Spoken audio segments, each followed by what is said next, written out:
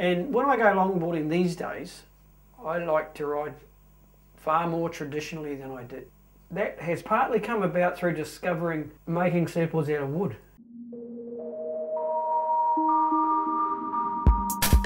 They're a nightmare to build in all respects.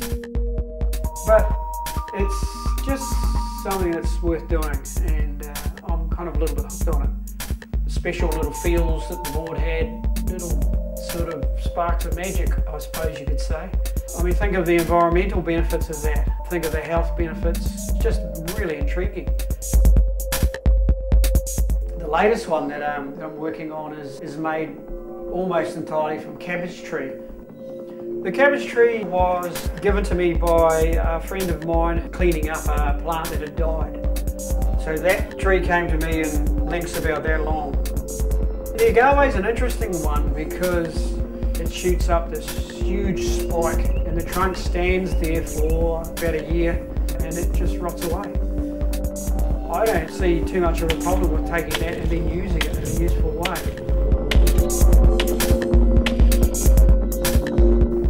So the Cabbage Tree board with the Agave beams in it, it's a hunter and gatherer kind of a board, you know. The first big task was breaking the tree down into usable form. Yeah. I made up a rocker table and I started to select pieces and lay them. And I actually started in the centre of the board with a trunk.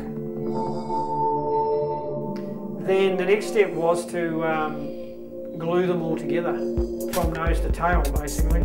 Once the whole thing was glued up, the next thing to do was to cut that blank into beams.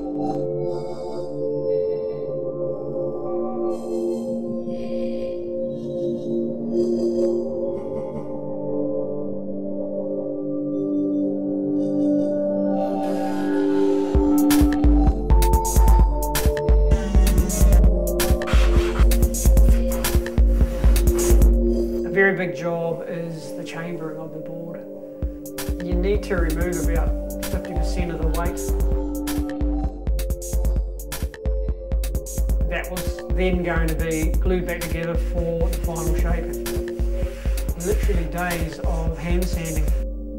It's just like when you're riding a wooden board, I think you can't really put it out in any way that makes sense to anybody other than it feels different, it feels organic, and it's the same with glassing it.